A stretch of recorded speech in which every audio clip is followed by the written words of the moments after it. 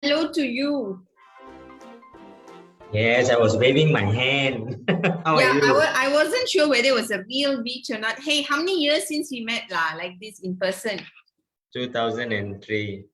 Goodness, so scary, man. Too long. Yeah, I'm at my beach now, one of my beach. Tula, 2003, yeah? What, that's almost 20 years then? 18 years. Yeah, slightly over. Hello, Munis. Please Hello, how are you? no dating game on my Significant Thursday, please. What? No, there's no dating happening here. Yeah, exactly.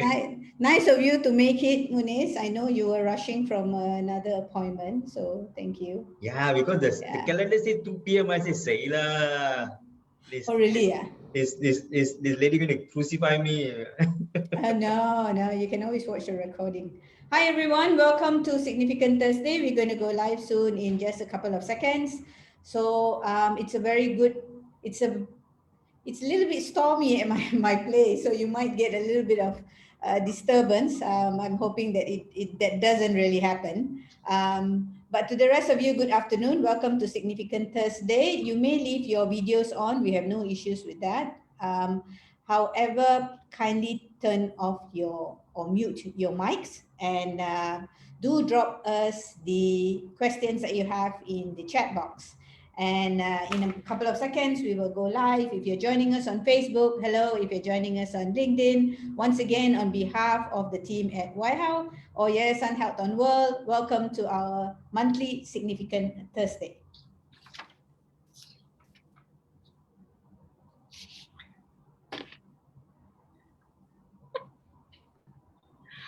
I'm trying to laugh inside Munis. Hi, Yoga. Hi, Lakshmi. I can see you. Vaishnav is there. The rest of you, hi to your photos.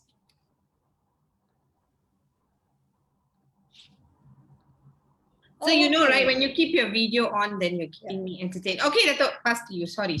Yeah, that's okay. We rather look at your faces than we look at black boxes. Sometimes it just names there. So I truly understand. I agree with Mala. We have no problems if those of you who want to turn your video cameras on, we are fine by it. Right. Once again, welcome to Significant Thursday. I'm Alia, and joining me today is none other than our dear friend and associate of YHOW, Miss Malar Villi. I shall go by saying Malar. All right. So who is Malar? Malar is the founder and the managing director of Hearts and Mind, and she is an emotional intelligence enthusiast. So basically, she aspires a lot of people using their own skills and empowering them as individuals to bring out the best in each and every one of them. Of course, while maintaining their true selves and their authenticity. Right. She's also a trainer for more than 20 years. And she's very passionate towards the topic related today. Basically, she covers a lot of, I would call, mind-boggling topics sometimes while we have conversations, right? But she loves anything to do with human behavior. So if you do have any questions that's been troubling you, or you want to, fit the pieces of the jigsaw puzzle today, then it's good that we have somebody like Malar Villi to chat with us, right? This is not a formal interview, so I'm just going to go into conversation with Malar because I think the topic is a very intriguing topic, especially for me. On top of that, I think that the topic is already a little bit heavy, I would say, because it's actually going to touch some sensitive parts. I hope no one, gets too sensitive on this session, but come with an open mind and an open heart, and let's hear what Mala has to say to your questions and to some of the questions that I have.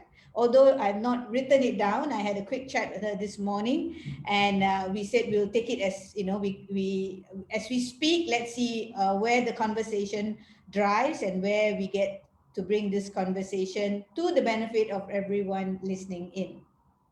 Right, so today's topic is Jigsaw Puzzle, Parts of Me to Become a Whole. So Mala, officially, thank you on behalf of YHOW. Dr. Sangeeta is also online. So on behalf of her as well, thank you. And welcome to Significant Thursday. Hi, good afternoon. You're very significant today. Yes, yes. I'm significant every day, but today more significant because I see so many people, especially Muniz. I must say, right, the way you're giving me your expression and feedback, I'm feeling like the most amazing person today. Thank you, Muniz, and to the rest My who pleasure. have their video on. Hi, Cheryl. Yes. Yes, so a quick shout out to Christopher who is with us today, Christopher Chang, of course our die-hard fan of Dr. Sangeeta and Malar James, Captain James, you're on. Hi Wong, hi Lechimi, hi Hu Ying on behalf of Tulips, you're there. Hi Yoga, James Fung, what happened to your glasses? Never mind, don't answer. Hi Gerald, hi Wayne, hi Izwan, nice to see you again. Hi again, Vashvinaf and Shanze. I hope I got your name right. And of course to Samita, who from last night has been quite excited about this topic as well. And to the rest of you who are joining in via Facebook, a shout out from all of us here on LinkedIn Live. So Malar, can I start? Sure. I'm dying to go. Yeah. I'm dying. Right. I'm dying because I know you're dying, right? I'm dying. Right. Okay. So let's have a cool conversation on a Sure. topic that's I consider something that I really need to pay attention to, which is why I don't have any questions, right? So let's say we actually have this topic today, which is jigsaw puzzle, right? We talked about it. Basically, it's pieces of us, the puzzle, trying to fit these pieces to become a whole puzzle, right? And you were talking about being you, being whole, right? So when you first told me being you, being whole, the thing that ran through my mind is, please define what is being whole. What do you mean when you say being whole? Okay. You know, the thing about the kind of work we do about human beings, right? There's no one definition. So we're going to klentong our way lah. So we'll do what I call... Thank you for being honest that you're going to klentong us. Okay, go ahead. Yeah. Let's talk about layman. So I was actually thinking very hard because every time we do this topic, and this is a very common question as to let's start with the definition, right? So I'm going to actually throw it back to the audience here and say, can you remember a time where you felt whole and you felt complete? Can you hear the drilling sound? Yes, you can. So I'm going to get my headphone now because we didn't expect the guy to drill now, okay? So he was quiet until now. I think he's also very nervous about the question you're asking me. So I think one question to start with, I know I need to give you the definition. What have you ever been in a situation where you felt completely whole as a person? Have you had that moment? But I want you to think about when you felt completely whole, which parts of you were together that made you feel complete? All right? Can you hear me? Captain James is having a good laugh that you're having. Yeah, because he has been there before this, right? Having this conversation. So I'm going to start with a question to really ask you to think about when was the last time you felt complete, right? And what does being complete means to you, right? As you're thinking about that, and that's what we mean, that's what I mean by being whole. And the idea of being whole actually started off with me because I think for those who know my journey, sorry, I'm going to headphone.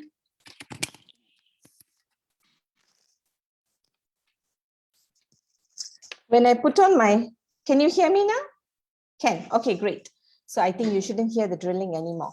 Right, so when I first started my journey with EQ, I think people who know me will know that I'm emotional.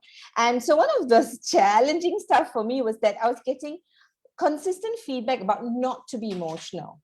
All right. And really, I was trying very hard to be this really cool, cool like Dato' Alia, really cool, don't let anything shake you, shiver you.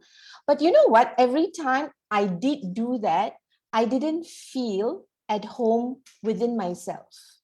And that's where my search in EQ actually started, right? And so what do we mean by being whole? It is the complete you. So what I want you to think about before I give you my definition is think about the moments when you felt complete as a person, not perfect, but complete, where all parts of you was together, where you felt you were a home within you and not a guest in your home, right? So think about this, right? If you talk about typical house or home, right? How many of us actually feel at home in our houses? Sometimes you have to act like guests in your own house, right? Because you are living with a group of people and they are expecting you to behave in a particular way that you're not totally comfortable with. And when you are in that space, you're not home. Of course, I'm talking about a physical space, right? So if you look at ourselves as individuals, where is our home? And I like to believe the physical home that we belong to is our body. All right. And what makes this home, right, homely is all of us comes together. So what is this all of us, right? For easy conversation, we're going to talk about what are the common words, right? It is the way you think, it's the way you feel, it's the way you act. So when we look at people, right, we talk about our thinking, our feeling, and our action. And then there's another part that some of us like to talk about, some of us don't like to talk about, which is our spiritual self. Right. So now you remember I asked you, when did you feel complete? When did you feel totally complete as a person? If you go back to that moment, was your thinking, feeling, action, and your spiritual self, were they all together? All right. And what we need is we need to remember the moment where we felt totally complete within ourselves. So that's being whole. Now, what does being whole mean? Can you be whole if you're not me? So what does being me means? Simply said, being me simply means being authentic. This is me, lock, stock, barrel. Take me as I am. Don't choose the parts that you want to accept about me. But before we say that to people, we need to ask ourselves, am I okay to accept all parts of me? Or am I rejecting some parts of me that I think it's not perfect? So that's being whole, being me. That's one part, right? And the common question that comes out of this is this, like, "Aya, Malar, it's easy for you to say this, but you know what? The world around me will not accept me," right? So there are two parts. One is first finding our home within us. And the next one is finding our home in the relationships that matter. I call it the inner circle, right? Because a lot of times the questions that we have is that I am like this. Why are people reacting to me? Why do people misunderstand me? Because all of this is causing a lot of chaos and emotional challenges for me, right? But my question to you is this, right? When you are in a relationship, are you at home in that relationship, or are you a guest in that relationship? When we are guests in a relationship, what needs to happen? We need to behave ourselves. We need to put up our best behavior. We can't show up our weaknesses. We can't just chill out and say, it's okay if I make a mistake because I'll be forgiven. Because in certain relationship, we know we won't be forgiven if we don't act accordingly. So that's the quick layperson definition of being whole, being me. I'm going to take questions if you have questions with the definition. But what I want us to think about is the two parts of us, because in life, whether we like it or not, our existence, we can't exist on our own, right? So we need to be home with ourselves, and we need to be home with the relationships that matter. Because there are many other relationships where we need to learn how to be guests. But if we are guests, we know we are guests, it's okay for us to return back as long as we are returning home.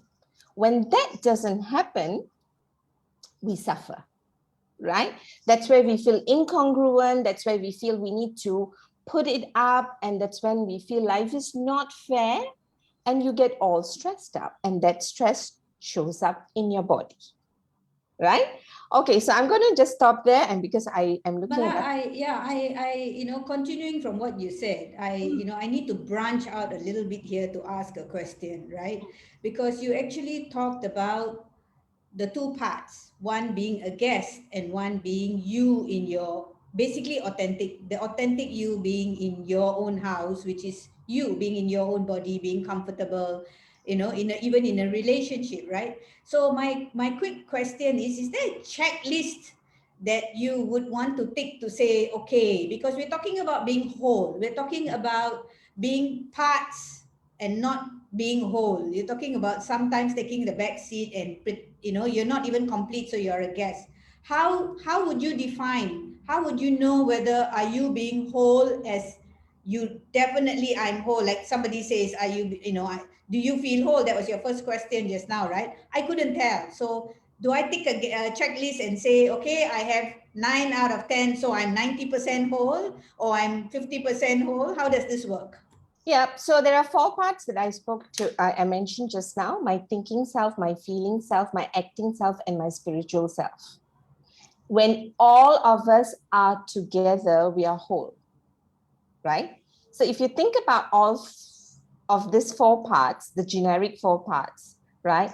When we are together now, so what do I mean by together, right? Let me just give you an example, right? Let's think about very simple examples, right? You meet Dato' Alia for coffee, all right? And she takes you to her most favorite coffee place, and she's sipping her coffee and say, oh my goodness, this coffee is so good.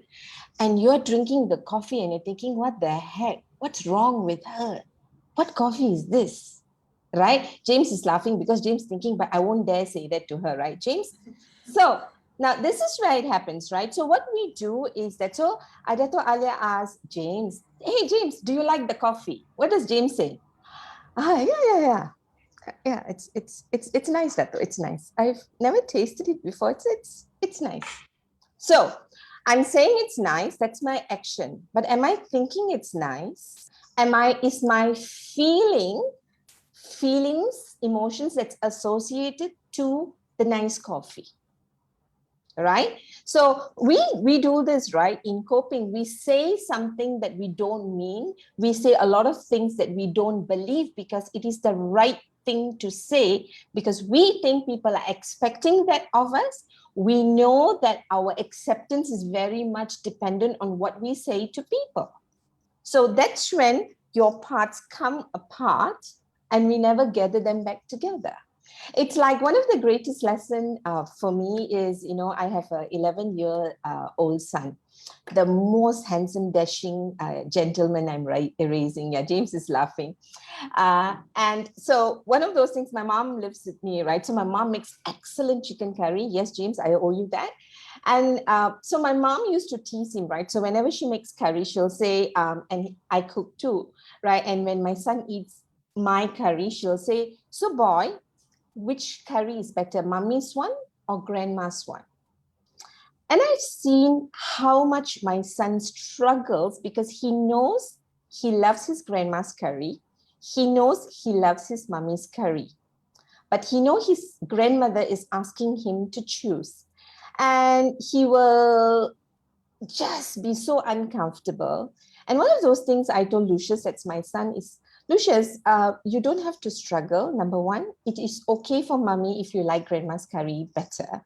Number two, I know that you have a heart big enough to love both the curries.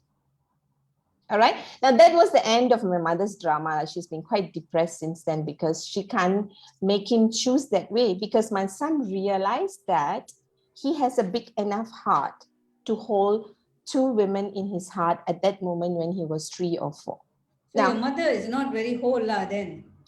Never mind. The program is not about my mom. So the thing is this, right? Let's think about it, right? It's very easy to point a finger at Lucius or at my mom and say, why do you put people through the difficult things? But what I realize is this: my son needs to know that I need to speak the truth, and I need to speak the truth in a way that it represents who I am internally.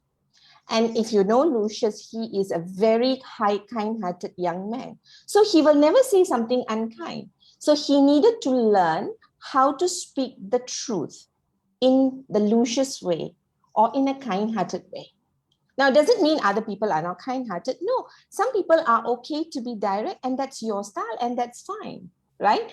But what we usually will tell our children when they tell the truth, yeah, mommy, I didn't, you take him to another place and he eats the curry and he's trying to finish the food, and the auntie quickly asks, hey, Lucius, do you like my food? Right?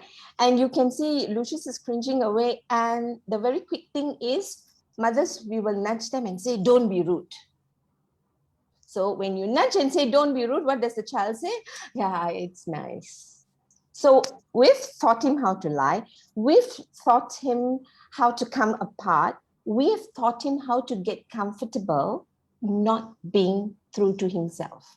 So what is being whole, being me? It's to find our own space in our body, which we often refer to as our own inner balance, right?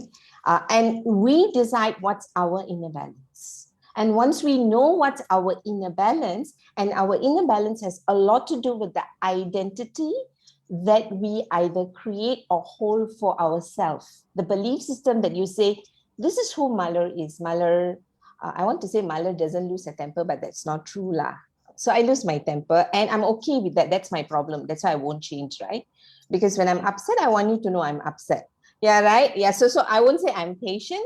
I won't say I'm humble because I don't strive for that. I really like the way I am. So if you've not read my profile, I'm my most favorite person most of the time, if not all the time, right? So you need to be okay with all of this for you to first accept yourself. So there's self-acceptance before we talk about rejection of people, right? How many of us accept ourselves as we are? Now, this again, when you look at social media, is a great place to learn. Go on LinkedIn, which is a professional space. How often are we putting out posts and we're waiting for approval of people? Do you like my post or not? Do you agree with me or not? Ayo, this yoga never agree with me. That means she thinks she's smarter than me, right? Okay, all the people I'm picking on are people I feel safe, okay? So yeah, just to let you, think about it, how we seek approval. And there's nothing wrong with that. But what I realize is this, when I think yoga is rejecting me, the first question I ask is, the part that I think yoga is rejecting of me, is that the part I have embraced myself? Okay, Mala, I'm going to get you to pause on what you just said, okay? Because you brought in some emotions, right? You had some sentences that you said actually were connecting people's emotions, like when you talked about, or you gave the example of your kid, right? So obviously this happens to us as well, as I can see in the chat box. You must have hit it on the nail on the head, because everyone's talking about having these choices between wife and mother's cooking, and I think Ezwan and James and Chris and everybody seems to be going at this of picking and choosing. And I think we can't run away from the fact that many a times what people think, what people say, how people react does does have an impact and play a role in how we behave after that, right? So I looked at some charts that you had sent me, and there was this about emotions, brain, and connectivity, right? So am I right in saying, correct me if I'm wrong, right? How we feel, right? So basically it's something happens. So how I feel is, and what I hear basically stirs my emotions, and then it sends the message to my brain, right? This is how I work. So I'm wondering, right?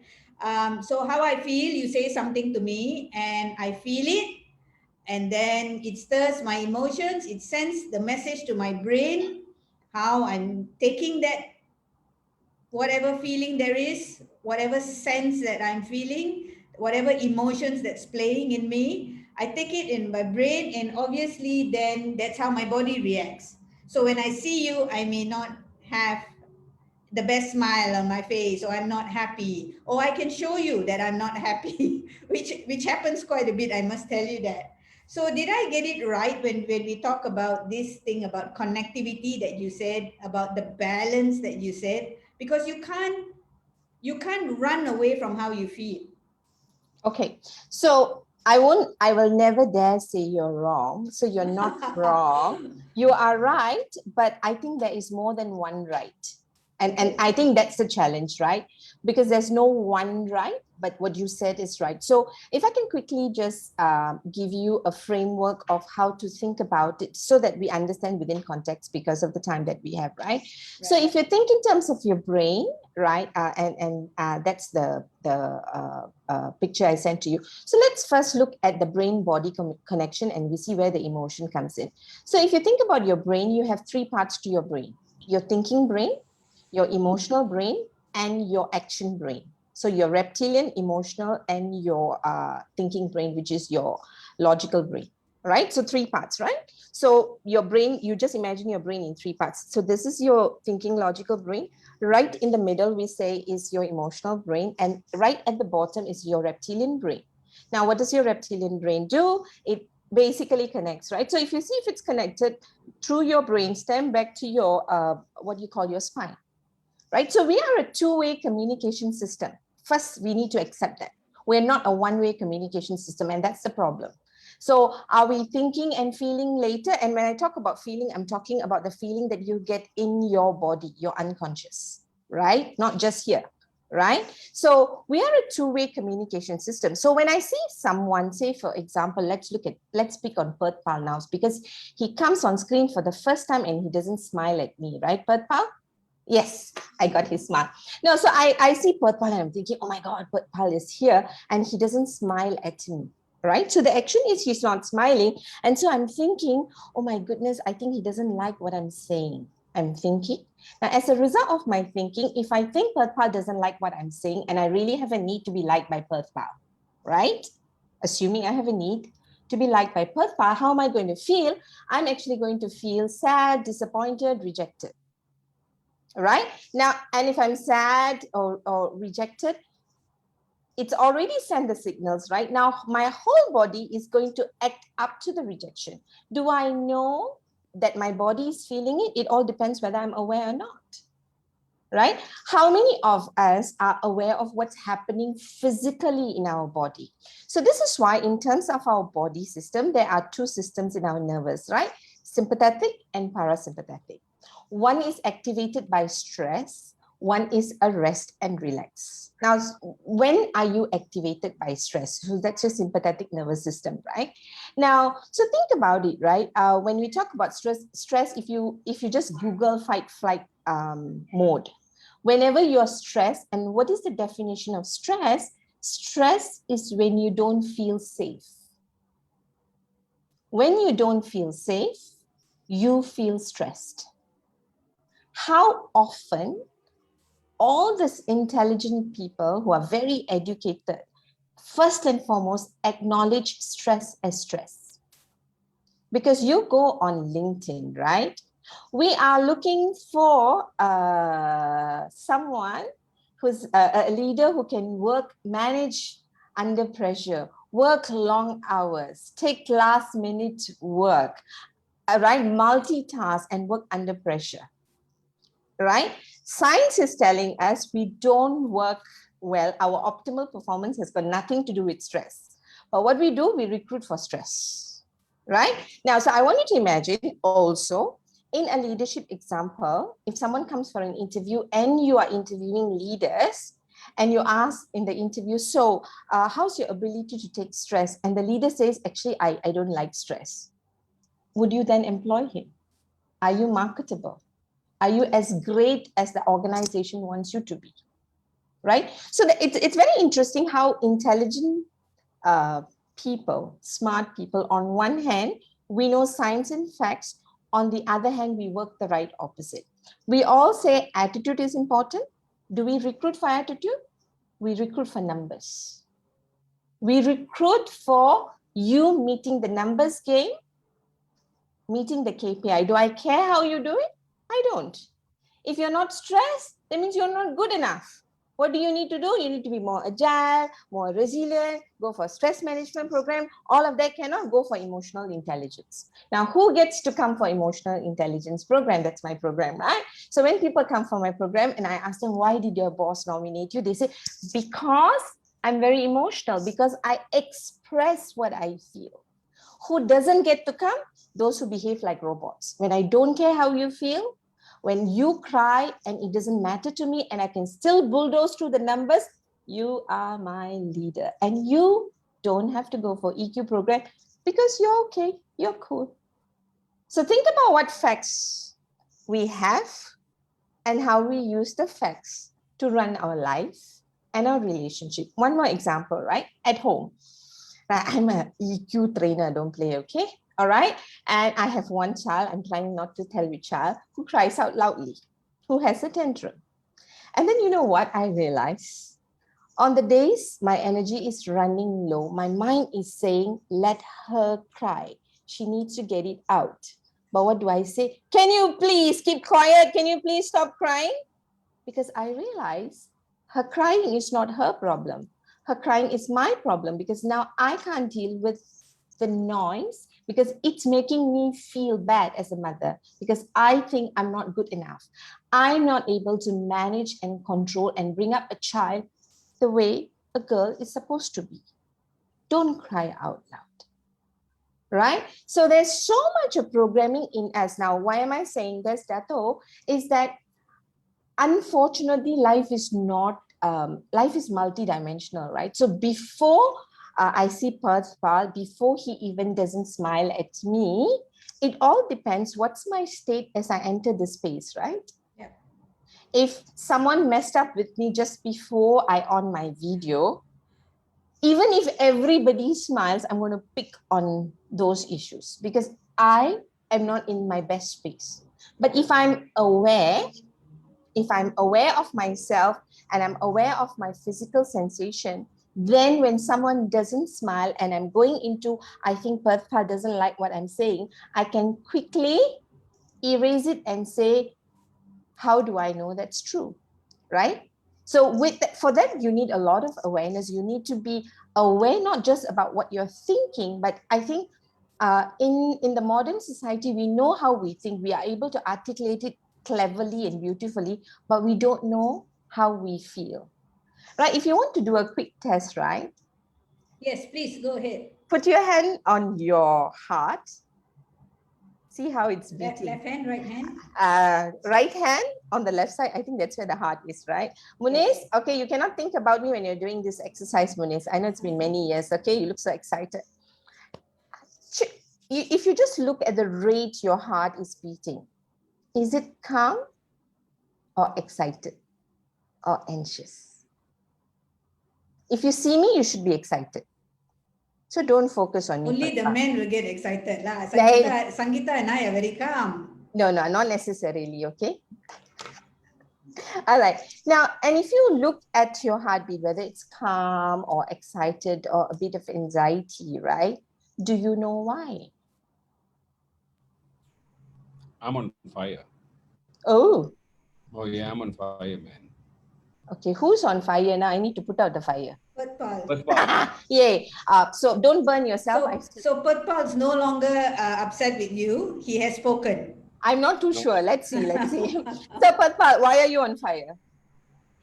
Well, you are pujaan hatiku lah, since we first met. Muniz, you have competition, man. Yeah. Whoever is in competition, let me tell you, I am a strong fighter. You guys are in for a trip. But anyway, I think you were excessive mind reading right there, lah. I was not. I was actually coming from another meeting, and I got a couple of things running in my mind. So I may have sent that message again. The brain picks up perception, isn't it? So yeah, apologies, but I'm all smiles now. I'm all smiling. Okay, if I could sing, I'll be singing Pujaan Hatiku Marila. Okay, all right. So I'm not going to sing here in public, but I might sing to you in private. Thank you, Perthpal. No, so I think the thing is this, right? So when you express, when I picked on Pal because I wanted to get his attention, that's all, right? But what is really interesting is I said it and he actually took it to heart and he's now expressing what's actually really happening. And this is what I call dialogue. And this is the dialogue we are very often afraid of. Because you know why? Every time you tell someone how you feel, I don't know about you lah, but sometimes people say you're sensitive. Why you feel like that one? Why you overthink? Why you so perasan? Correct or not? And if you hear that enough, that's enough to put on the filters and say, just act cool. Don't show your unpleasant emotions. Right? So why you don't want to go public and do all of that, right? How many of us really express what we feel in relationships that matter to us? Okay, let's take a pause and say welcome to a few other friends. Yeah, so a few other friends joining us. Hi, good afternoon. This is Alia. With me today is Malar and the rest of our friends listening to Significant Thursday with the topic of jigsaw puzzles fitting to make yourself whole. So welcome again and thank you for joining us. So we just had, like halfway of Malar explaining. And Malar, I think you gave quite a few examples that we can resonate with, right? And I think they are very real life examples that we go through every day. So I think a lot of us were either nodding, smiling. Okay, if I were you, I would just ignore the chat box because James has decided to conquer that chat box. Emotionally, we have to sort James' problem out. But coming back, yeah, I see lots of them are nodding their head, okay, and for the endorsement. But coming back to the topic of what you had said, right? So you shared on the way we react, how we feel. I think Paul even used the word of sometimes we like a brain reader, and we predict, we say something that we're not sure, right? So we make assumptions. Now, these are part and parcels because we deal with people around us and we cannot run away from the fact that everyone is always saying something good, bad, ugly, or sad, as they say, right? So, Malar, to be on a safe side, right? Or I wouldn't even say safe side, I would say you talked about us being whole. So, give us a few guide. How can you, what can we do to achieve this wholeness? What can we do in life? What can we do? How do we can't control how we react, but give us a guide. Like, what do I need to do individually? It has got nothing to do with other people. Individually, can you give us a guide, a quick guide, like we can keep it and say, okay, I must remember this, and this in order for me to achieve my wholeness, to reach that wholeness. So I'll give you two guides if I have time. So one is called the think, feel, and act. So if you want to be together, ask yourself whether you are feeling congruent. What do I mean by feeling congruent? Am I thinking, feeling, and acting in the way I am, the person I am, right? So we always talk about think, feel, and act, right? So are you, so is your thinking congruent to your feelings? So for example, I might be saying, you know how positive thinking is very popular, right? You try and respond positively or react positively, right? People give you feedback, you're hurting like hell, and you say, thank you for the feedback. Why? Because I learned it in the book, right?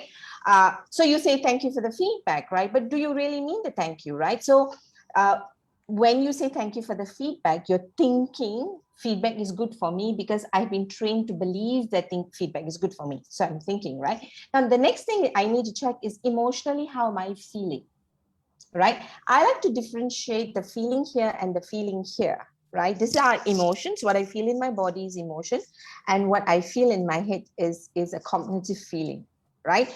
This, I know where the track is. Now, where my emotions are concerned, I need to know that it could be coming from past emotions that I have not resolved. So I don't know whether you've had this experience. I've had it, right? Now, at some point, I used to, I don't know whether I still feel it now. Some people trigger certain reaction out of you, right? And there there was a very good friend of mine. She triggered a particular reaction in me because whenever she speaks, I feel she's intimidating me. All right.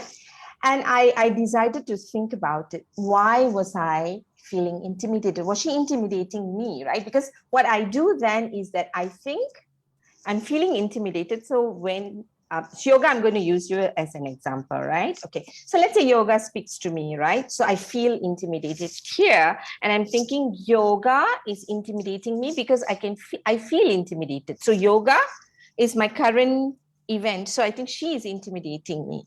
But when I started reflecting, I realized Yoga is reminding me of a past memory I hold of someone who made me feel intimidated, and I never recovered from it. So then when I recognize that, so that's from a past memory, right? When I recognize that, that's called conditioning. And when you're conditioned, that's the way you react. And some people think these reactions are intuitions. All right? Some people think these reactions are intuition. When I connected it, I realized that there were a group of women whom I thought were intimidating.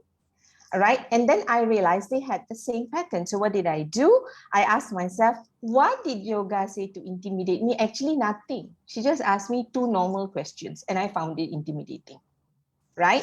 So when we talk about think, feel, and act, I'll ask you to be conscious about what you're thinking. Right. And in terms of feeling, think about how you're thinking about your feeling as to, like, you can label it excited, sad, or whatever. But that excitement, is it showing off in your body, your physical self? Because some of us can say, oh my gosh, Dato, I'm so excited to see you. But in my heart, very cool, no feeling. Something is not right, isn't it? Because if I'm excited here, rightfully it should show up here also. You will know how your heart beats when you're excited, right? And so your think, feel, and act needs to be the word I love using is congruent. Congruent, they are together. That means I'm together, number 1. Number 2, it needs to be congruent to the ideal self that I have built for who I am. So that's my identity. So I have an identity for myself, right? Whom I believe I am, right? So I believe I'm fun. I believe I'm impatient, and I'm okay with that, right? So we have all of this, and ask yourself whether your think, feel, and act matches the identity you've built about yourself. Because if this is not matching, you are going to be feeling apart, right? And what we need to do is we need to reconcile and say, okay, man, let's have an internal dialogue to bring ourselves together. And that's what happens when your parts are apart and you need to bring it together. A more complex system is, I think a lot of us might have access to what we call the iceberg theory. Okay, Yes, so if you look at the iceberg theory, again, typically people talk about Titanic, right? We often judge other people and ourselves by our behavior, which is only 15%. But the 85% that is causing us to behave in a particular way is the real us. This is our beliefs, our emotions that is hiding below, our past history, our values, and the meaning and purpose that we hold true to ourselves. Are they all together? So if I lose my temper because someone had mistreated me, is that in line with my identity? Is it in line with my values? And if it is in line, it's okay because you're together. Yeah? Am I making sense? Yeah. Yeah. So if I can just show you let me show you a slide, and you can take a screenshot if you want. I think this would give you an idea. Okay, once you're done with that, there is a question which has popped up and I will read it to you. Okay. Okay, I got it. So your congruent is actually what Muni says in sync, or some say in line. Yeah? Yeah. Aligned. Yeah. So this can see, can? Yes. All right. So we can actually see our behavior on top. right? And our emotions sometimes can be seen, sometimes cannot be seen. Beliefs, again, sometimes we talk about our beliefs. I have found that what I think I believe, sometimes I don't really believe. So if I can give you an example, right? The typical example I give is that I say, I believe in God. God is real to me, right? When things are bad, like for example, when COVID hit, this is where my belief was tested. If I believe God took care of me for so many years, I wasn't sure why I was doubting God. Right? Or when, sometimes people say, I believe in God, but when they don't get their promotion, they're very upset with people.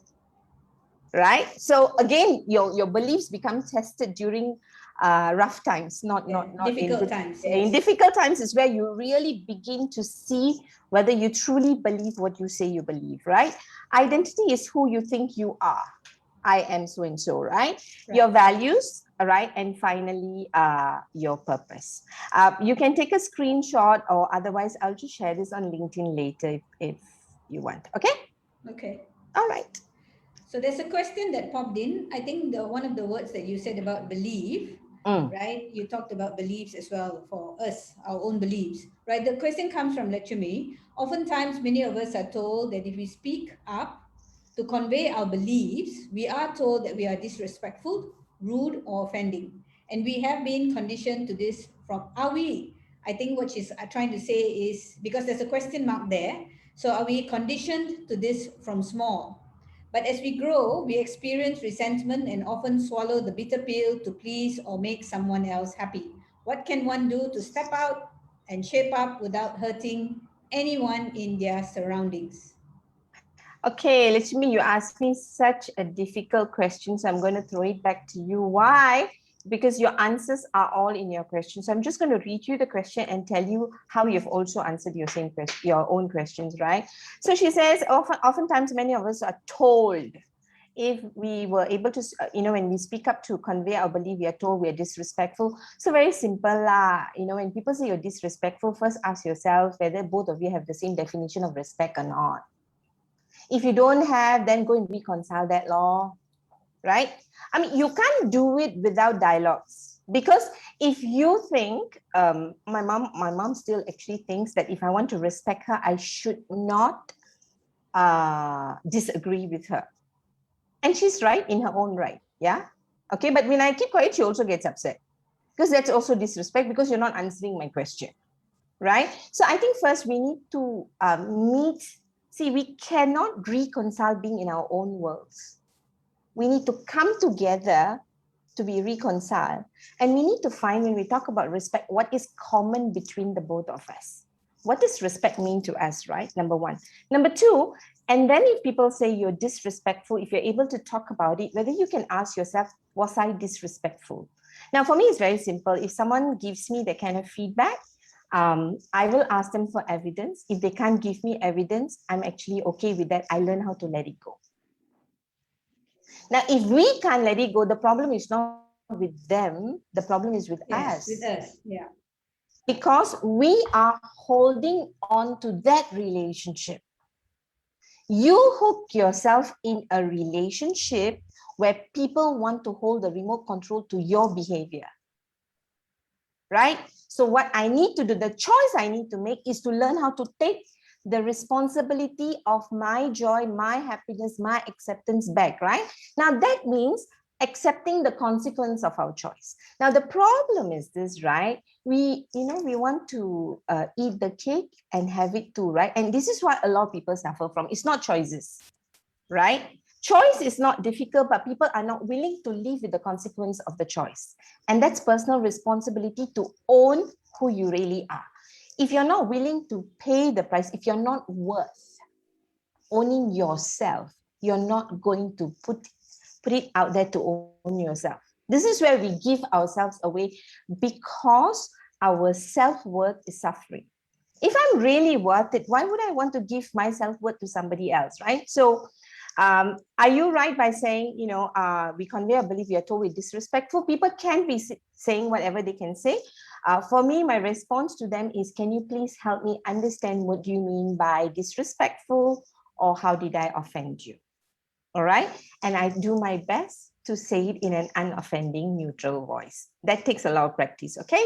And we've been conditioned this from small. Of course, we are not conditioned from small. We are conditioned from the time your mother was in her mother's womb. And that's scary for me. It scares the hell out of me. So we are talking about conditioning after you're born, but science is telling us that when mothers are pregnant, the child absorbs all the emotions from the mother and the grandmother.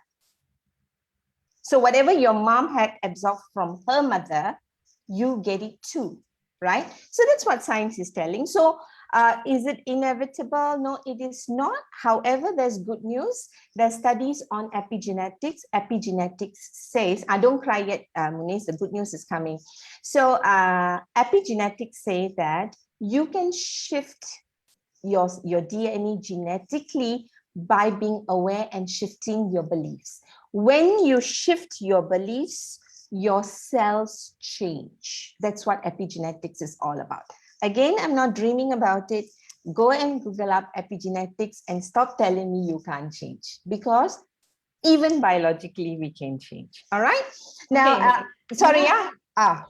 Do you want me to do the second one? No? No, Okay. that's okay, because I don't want you to give away too much, because you are appearing on our upcoming conference next month, right? So you're one of the key people that we have on our conference. And talking about our conference, I will have to invite my chairman of the conference on board, sharing all about the conference today. So to everyone out there, I'm welcoming on board Dr. Sangeeta Kaur, who is the chairperson for the upcoming Health on World Conference happening on the 21st and the 22nd of May 2021. That's about 5 weeks away. The poster is coming to you now, and you can see the poster. So it's called Yayasan Health on World Experiential Conference with the theme Mental and Emotional Endurance in a Borderless World. Again, 21st and 22nd of May. Dr. Sangeeta, some questions for you that I think people have been asking. What's this conference about? Okay, so before I share, at the chat box, please click register, donate to us again. Well, that's by donation. Okay. Pay forward, just come, because it's just so cheap. Okay, so this is about mental and emotional well-being. Okay, we have been talking about mental health and all this, but I think it's time for us to bring it out there so that we have panel of experts, speakers, and this conference is also supported and in collaboration with Ministry of Health, right? So we want more people to join and to understand that when we talk about mental emotional endurance, it's a holistic approach. Right. And if you look at the key takeaway, first of all, we need to reduce the stigma and create more awareness. All right. And I'm glad that Malar is here. I think like what Muniz was saying, Yes. totally, Yes. right? Because mental and emotional does play a role. Okay, you can't put these two aside and say, oh, I'm emotionally without affecting my mental or without affecting my physical. So it's all in sync. And another part is that we have tracks where participants can choose one of the tracks, right? And to learn more about how can they manage mental and emotional well-being and also physical. Yeah. Right. So you are actually having you're actually having speakers who are doctors, I understand, right? Yes. So we are aware that there are about 5 doctors, including the doctor from Ministry of Health, coming on board. And we also have a psychiatrist, we have an ENT specialist. So these are a few of the doctors. And of course, we have 2 panel sessions, if I'm not mistaken. There are 2 panel sessions. And we have some breakout rooms and activities, and where Malar is having one of the breakout rooms to do your emotional intelligence stuff and workouts and all these check boxes, maybe personality profiling. Let's see where she brings the crowd there. Of course, the other breakout room is also with Freshly Simple, and Cheryl is on with us now as I speak. So thank you, Cheryl, The rest of the partners there, you can see Moshpa, I think, is your partner as well. Sangeeta, maybe you want to talk about some point system that we're going to have? Yes, so Moshpa is from the occupational safety and health practitioners. Yeah, and all this while they have been looking into safety, and now it's time to look into health. Right. And we have registered pending approval for CIPD points, okay, and also DOSH. So once it's approved, you get your points and you can use this to renew your license, all right, and your professional cert. At the same time, Yayasan Health on World is also HRDL approved training provider. So those of you who pay and you want to, like, you know, it's claimable under SBL scheme. Okay, Yeah. so that's good to know that, right? So we call out companies. This is the good thing that you can do for your employees, to get your employees for, give them a treat for 2 days. I think they have been mentally and emotionally drained the last 1 year anyway. So we have some supporting partners, and I think every participant gets a certificate. Correct me if I'm wrong. Yes, all of them will get e-cert. E-cert, right. Okay, and our collaborating partner, the key partner is of course Ministry of Health, who has graciously agreed to also launch the 2-day conference. Now, everyone's asking, how much is it? So we decided to put our money where our mouth is. And we've been talking so much about mental and emotional. So we wanted to make it very, very affordable. So Sangeeta, all yours. How much is this going to cost? And it's virtual, yeah? Virtual 2-day, 3 to 5 at 9 9. a.m. till 3 p.m. and it's only 88 ringgit. Okay, so click, register, sign up, pay, upload your receipt, choose one of the track. Okay, and if you are not free, you can always pay it forward. Anyone who wants to join, you know. Right. So yeah, thanks for the info, Dr. Sangeeta. I think we have covered, so you know when it is, you know that it's an experiential conference, you know it's 2 days. You know the topic is mental and emotional endurance in a borderless world, because we are currently very, very borderless. We seem to be going cross borders, talking to people from all across the globe and going into each another's Zoom sessions. We have been doing that as well. So we have supporting partners. Once again, we have Achieve Fitness, who's doing one of the breakout sessions is done by Achieve Fitness. We have Freshly Simple. Cheryl's on board now. We have Hearts and Mind, of course, with Malar Villi, who is also doing your closing, right? We also have Beyond 4, who's another digital partner of ours. And of course, Asia, the Imaging Journey Asia, and the support's also coming in from the Women's Engineering. Yes. Taken? Yes. Institute of Engineers Malaysia, they are from Women Wing. Okay, so the Institute of Engineering of Malaysia is coming in, and I think Tulips Movement have just confirmed yesterday. Yes. So Hu Ying is here on board with us. So thank you to Tulips Movement as well. They are also having one panel, one track, yeah. So one panel session with panelists. So you've got the whole array spread out for you, from individual speakers to doctors to panel sessions, to a very high closing on both days, from a psychiatrist on one day and Malar Villi on the second day. And you've also got breakout rooms, right, for you to get yourself involved in all the activities that you can get yourself involved with. Thank you, James. I know you have just transferred for 1 or for 10, James. We thank you in advance. Now, talking about paying it forward, can I have the other banner out, the other poster out, please? Yeah, right. If you remember, a couple of about 2 months ago, we did this Dan Going Bald and successfully raised 6,700. So again, we thank Chubab. Chubab Creation is, of course, the people behind Chubab Creation is our good friends, Dr. Eric Siu and Daniel Goh. So after a conversation with them, we raised 6,700 to assist the B40 community. And with the discussion with Dr. Sangeeta, what we've decided to do is use a portion of the money to actually open up spaces, open up registration spaces for those who are in the B40 community, who would like to join. No, Muniz, you're not part of the B40 community. who would like to join the 2-day conference.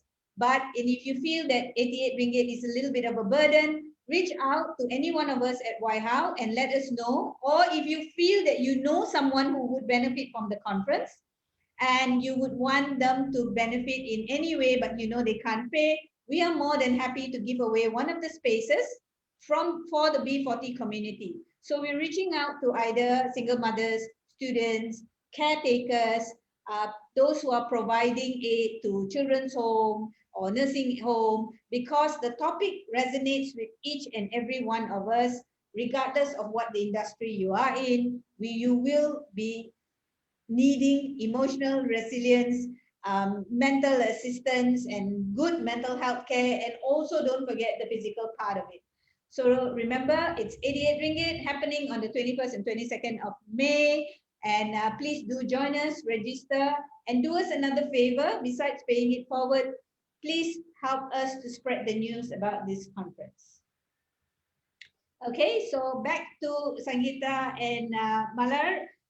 While we close, before we close, we are sharp on the dot at 4 o'clock this time. So we've done a pretty good job with this. Right, can we have all our cameras turned on so that we can have a group photo, please?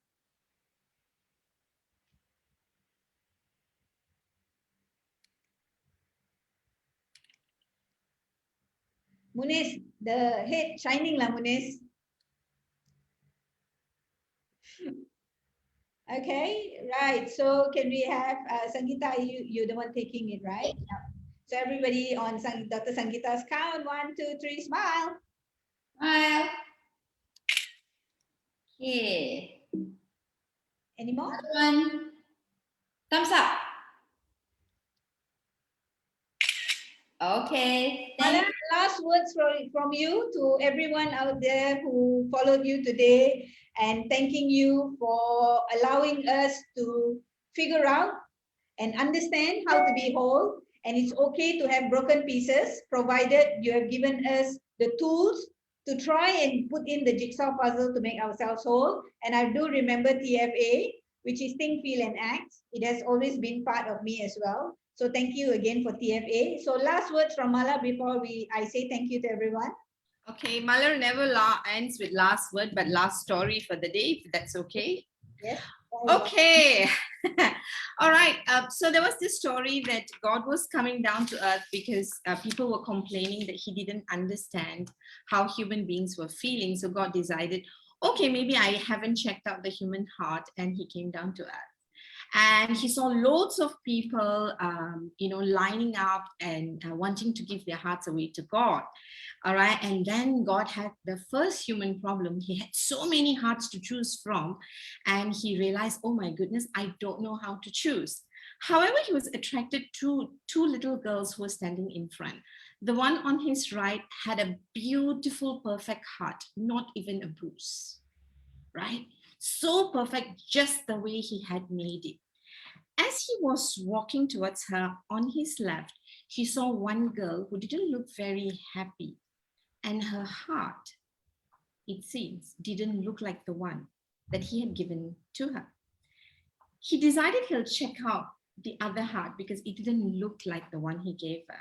So he walked over to her and said hi and asked her what happened. Make a long story short, the girl explained that her heart, she has gone through so much of disappointment, difficulty, and pain that she got her heart broken over and over again. And while trying to glue them back all over again, it didn't look like its original form. And God looked at her heart, which was all together now glued, and he asked her, so why do you want to give it to me? And she said, well, because you say you needed a heart, and I thought I should just give you my heart. At this point, people were wondering, which heart did God take? Did he take the perfect heart or the broken heart? Of course, God took the broken heart. And now people wanted to know why this God went and took the broken heart, right? And when people asked God, God said, you see, when I made man, I gave them a very special gift. That gift is to love. And to love means to risk to have your heart being broken over and over again. And this girl did exactly that. Thank you for the opportunity. I wish you all the best in getting I your will heart see you at the broken conference. and coming together. Yes, we for will those see you at the who are conference. interested, yes, please, you can follow up again with Malar Villi's with us at the conference, as she is also YHOW's associate partner. So to everyone out there, for those of you who are fasting today, Selamat Berbuka. Later on, stay safe. The numbers have increased over 2,000 again. 2,000 cases. For those of you who have not been catching up for today's numbers, and no, it's not going to cross. You're not going to be able to cross borders to go back. So Munis, we still can't see you. James, we still can't see you in KL. Looks like it. But nevertheless, to everyone out there, have a fruitful weekend. Coming up weekend. Have a good Friday tomorrow. Thank you once again for joining us on Significant Thursday. On behalf of Yayasan Health on World, on behalf of Dr. Sangeeta and the team, this is me, Alia, wishing you goodbye and thank you. Signing off. No goodbye. See you when I see you. See you. See you soon. Yes.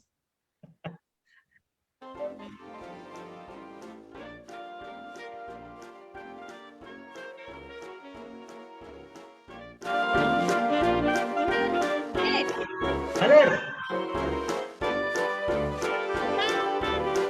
The music stop a bit lah.